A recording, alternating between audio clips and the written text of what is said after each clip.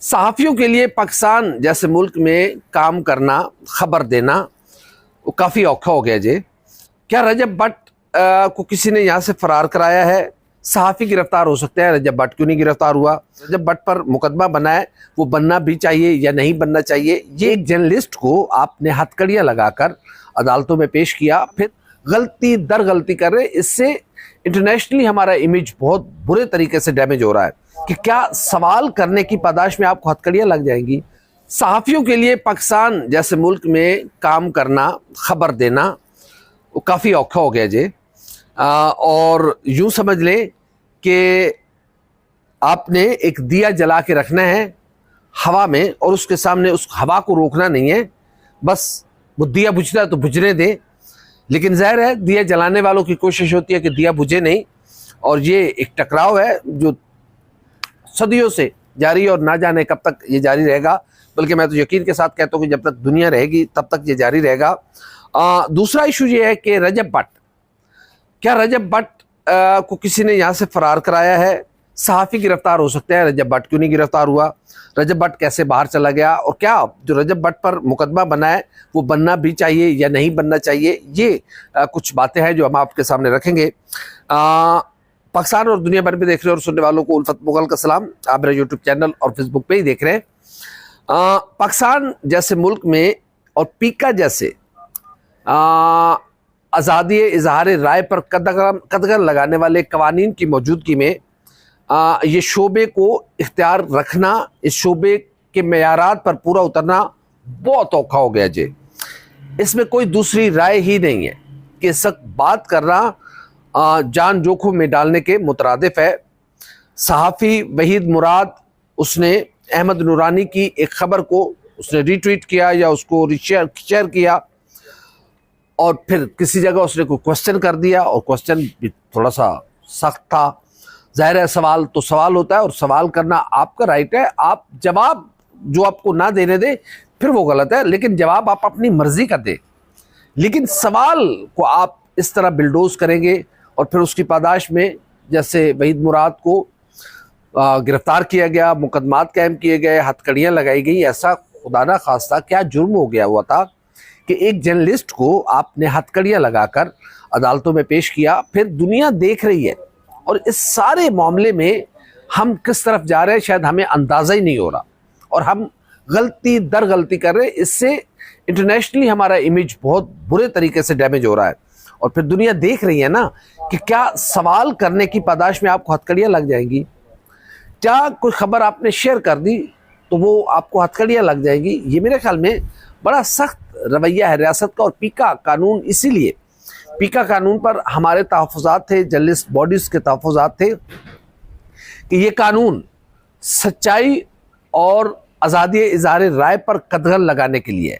फिर उस पीका कानून में ऐसी ऐसी शिकें शामिल कर दी गई जिसको अकल तस्लीम नहीं करती कि मैंने अगर ए के खिलाफ खबर दी है और बी एक बैठा हुआ है, ए लाहौर में रहता है, बी कराची में रहता है, और कराची वाले को लगा कि यार ये खबर इस रिपोर्टर ने ठीक नहीं दी या मेरे बंदे की दिलाजारी की है, तो जिसके खिलाफ मैंने खबर दी है वो नहीं, जिसने सुनी है वो मेरे खिलाफ शिकायत कर सकता है और फिर मुझे 3 साल कैद हो सकती है।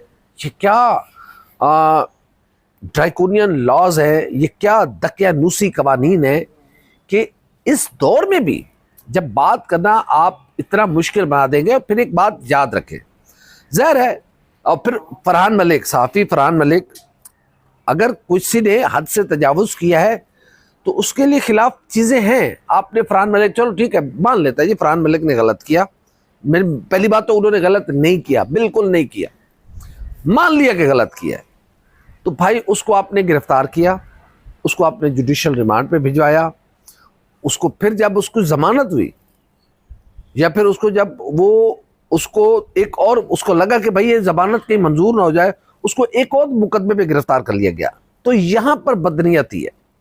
और इस तरह जब आप सच्चाई का रास्ता रोकेंगे, मेरे ख्याल में ये रुकने वाला नहीं है। माजरत के साथ देखिए ना, इससे बहुत मुश्किल तरीन दौर आए, यकीनन ये भी अपनी नौयत का एक मुश्किल तरीन वक्त है, लेकिन इससे भी ज़्यादा मुश्किल वक्त है। लेकिन सच्चाई नहीं रुक सकती। सच्चाई अगर रुक जाए तो फिर समझे दुनिया खत्म, सब ओवर, और सब हम फिर यौम महशर की तैयारी करें कि कब उठाया जाएगा हम सबको। लेकिन अगर हम जिंदा हैं, ये दुनिया कायम व दायम है, और सूरज, पहाड़, दरिया, समंदर, ये दरख्त, ये चरिंद, ये परिंद, ये हैवानात, ये नबातात, ये सब कुछ अगर मौजूद है तो इसका मतलब है कि सच्चाई का रास्ता नहीं रोका जा सकता। और सहाफ़ी का ये काम है कि वो सच बताए, वो अपनी खबर दे। लेकिन ये भी हम इस बात के भी कायल हैं, हम इस असूल पर भी बिल्कुल कारबंद रहना चाहिए कि किसी की पगड़ी उछालने का किसी सहाफ़ी को हक नहीं है। किसी पर झूठा, बेबुनियाद, मन घड़त बोहतान लगाना ये भी किसी को राइट नहीं है।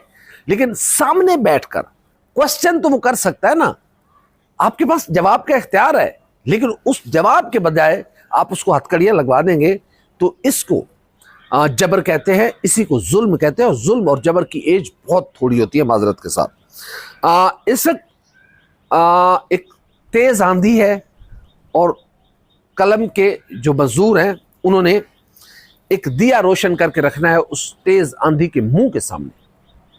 अब उस आंधी और उस दिए का मुकाबला तो नहीं है, लेकिन दिए की एक सच्चाई है कि उसमें सच का तेल जल रहा है, और वो सच्चाई उस तूफान को मात देती आई है। तारीख इंसानी पढ़ के देख ले, और आगे भी हम माजी की बुनियाद पर यह कह सकते हैं कि आने वाले वक्तों में भी वो टिमटिमाता हुआ दिया उस ताकतवर आंधी को इसलिए शिकस्त देगा क्योंकि सच्चाई कभी दब नहीं सकती। सच्चाई की अपनी एक एज है, सच्चाई की अपनी एक हकीकत है, और सच्चाई कभी छुप नहीं सकती। तो हम इस बात पर हमें बिल्कुल कंसर्न्स हैं कि सहाफ़ियों के साथ इस तरह का रवैये नहीं होने चाहिए। हाँ, आपने कवानीन बनाए हैं, आप उसको नोटिस दें कि आपने ये खबर दी है, इसके भाई आप आके बताएं कि इसके फैक्ट्स क्या हैं, आपके पास क्या सबूत है। हाँ, बगैर सबूत के मफरूज़े की बुनियाद पर मुझे हक नहीं है कि मैं किसी के खिलाफ खबर खड़े होकर अपना व्लॉग शुरू कर दूँ, अपनी खबर दे दूँ और ये सब कुछ करना शुरू कर दूँ। बिल्कुल कतई नहीं। हाँ, अगर मैंने खबर दी है तो मुझसे फैक्ट्स मांगे जाएं, मुझसे प्रूफ मांगे जाएं कि क्या, किस बुनियाद पर आपने ये खबर दी है, उसके क्या सबूत है आपके पास। अगर मैं आपको एग्री कर लूँ तो वेल एंड गुड, अगर मैं ना कर सकूँ तो फिर उस कानून के तहत मुझे सजा दी जाए या मेरे खिलाफ कानूनी कार्रवाई की जाए। लेकिन महज क्वेश्चन करने पे, बगैर किसी नोटिस के, मुझसे बगैर सबूत मांगे, मुझसे बगैर सब पूछे आप गिरफ्तारियां शुरू कर दें, आप घरों पर रेड मारना शुरू कर दें, माओ बहनों को परेशान करना शुरू कर दें। वहीद मुराद की वालदा ज़ईफ़ हैं, हम सब की माएँ हैं। मेरे ख्याल में जिस तरीके से वो बता रही थी कि जिस तरीके से उनके साथ उनको उसके मिसहैंडलिंग की गई है, इंतहाई अफसोसनाक है। और फरहान मलिक के साथ जो कुछ हो रहा है वो भी अफसोसनाक है। न जाने ये सख्तियाँ चलती रहेगी। बहरहाल सच्चाई का जो दिया है वो इस तूफ़ान के सामने भी अभी तक जल रहा है, और मैं नहीं समझता, मेरा ईमान कामिल है कि सच्चाई कभी मरती नहीं है, सच्चाई छुप नहीं सकती, और ये दिया बुझ नहीं सकता। तो अगला इशू है कि रजब भट्ट एक बात तो तय है कि ये व्लॉगर्स मजहबी जो अकायद हैं उसकी तौहीन करते हैं, ये लोगों के जज्बात को ठेस पहुंचाते हैं, इसमें कोई दूसरी राय नहीं है। ये वो लोग हैं जो पैसे के लिए अपनी फैमिलीज़ को लेके स्क्रीन पे आ गए हैं, मज़हब बेचना, और फिर इनकी जो खासकर बात करते हुए बंदे को बड़ा सोच समझ के बात करनी पड़ती है कि ख़वातीन के बारे में बंदा क्या बात करे, कि जिस तरह की ये रजब भट्ट, ये डकी, ये सारे लोग जिस तरह की हरकतें कर रहे हैं। और फिर रजब भट्ट ने इससे पहले नमाज की मजाक उड़ाया, नमाज जो कि तमाम इबादात की है, उस जिसकी नमाज कबूल नहीं उसका कोई अमल कबूल नहीं है। तो नमाज की ये अहमियत है, लेकिन ये लोग नमाज का मजाक उड़ाते हैं। फिर तुम मक्का मदीना जाकर कह रहे हो कि यहाँ भी सुकून नहीं है, तुम्हारा रिज़्क़ हलाल नहीं है इसलिए सुकून नहीं है, वरना तुम जहाँ रहो आकाए नामदार की बादशाहत, आकाए नामदार सल्लल्लाहु अलैहि वसल्लम की रहमत तो हर जगह है ना, वो रहमतुल्लिल आलमीन है। तो आपको वहाँ चैन नहीं है तो फिर आपको कायनात में कहीं चैन नहीं मिलता, इसलिए कि आपका रिज़्क़ हलाल नहीं है। अपने रिज़्क़ पर तवज्जो दें।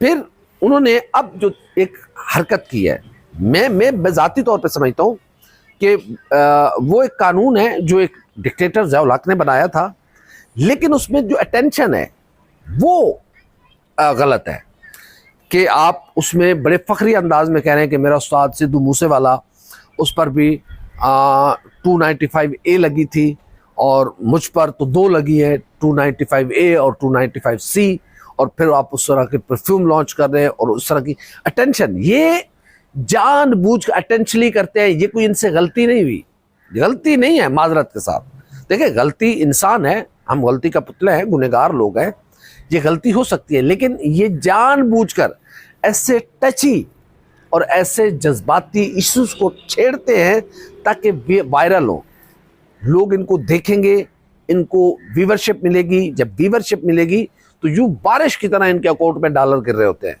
मैं हैरान हूं, मैंने वो वीडियो नहीं देखी, बस हल्का सा क्लिप किसी दोस्त ने भेजा तो मैंने देख लिया। मैं हैरान हूं कि लोग कैसे इन व्लॉगर्स, ऐसे व्लॉगर्स जो शायरुल्लाह की तौहीन कर रहे होते हैं, हम देखा है खाना काबा के सामने जिस तरह की वो मतलब बात करते हुए भी दिल कांप रहा है, रोंगटे खड़े हो रहे हैं कि हम कर क्या रहे हैं। पैसे के लिए हम इतना गिर गए हैं, डॉलरों के लिए हम इस हद तक गिर गए हैं कि हम अपनी माँओं बहनों बेटियों के सरों से चादरें उतार के उनको कैमरे के सामने लाकर खड़ा कर दिया और उनसे साथ प्रैंक कर रहे हैं, उनसे अदाकारी करवा रहे हैं। हम कर क्या, ये डकी भाई जैसे जिसने अपनी पता नहीं उसने आप खुद बनाई थी या क्या था, वो जो AI के जरिए उसकी मिसेस की गैर अखलाकी तस्वीर आई थी, और फिर वो बच्चे उसके कह रहे हैं कि डक्की भाई छो की हो गया बस ठीक है, जान दो जी, नवे तो शुरू करो। फिर डक्की कहता ठीक है जी चलो ये शुरू करें। ये वो घटिया किस्म के किरदार हैं जो डॉलरों के लिए इस मुआशरे की अकदार को तबाह कर रहे हैं। मैं दरख्वास्त करूँगा हुकूमत पाकिस्तान नोटिस ले। और कौन है जिसने रजब भट्ट को बाहर भिजवाया है? इधर FIR हुई, उधर वो बाहर चला गया और वो बाहर जाके माफिया मांग रहा है। उसने अटेंशन नहीं किया है, वो माफी भी उसकी पैसे ले रहा है, वो अपनी वीडियो मोनेटाइज चैनल पे अपलोड कर रहा है। ये सारा धंधा है। तो मेरे ख्याल में रियासत को कुछ फायरवाल को बच गई है, कद बच गई है, तो इधर भी खड़ी कर दो। PTI तो बच गई है तो एक फायरवाल इधर भी लगा दो। ये सारी दीवारें PTI के सामने आपने खड़ी करनी है। प्लीज इन चीज़ों से बाहर निकले, कुछ ऐसा करें, मुआशरे को खड़ा करें। और जो जिस तरीके से हम तनज़ली के शिकार हो रहे हैं, मुझे तो डर लग रहा है कि हम जा किस तरफ रहे हैं और मामलात हमारे हाथों से बिल्कुल खिसकते जा रहे हैं। ये हमारी अक़दार नहीं है माओ बहनों बेटियों के सरों से चादरें उतार कर उनके साथ प्रैंक करना। उनको यार बेडरूम तक तो लोग अपने कैमरे लेकर चले गए, अल्लाह माफ़ करे। बहरहाल दुख अफसोस है और आने वाले वक्त से डर लग रहा है कि शायद हम अपनी नस्लों को जिन तनज़लियों, जिस तबाही और बर्बादी के मैदान में खड़ा करके जा रहे हैं, होगा क्या अल्लाह ही बेहतर जानता है। हमारी वीडियो आप कैसी लगी? लाइक करें, कमेंट करें, सब्सक्राइब करें, बेल आइकन को बटन दबाएं ताकि जो भी हमारी वीडियो है वो सबसे पहले आप तक पहुँचे। अल्लाह हाफ़िज़।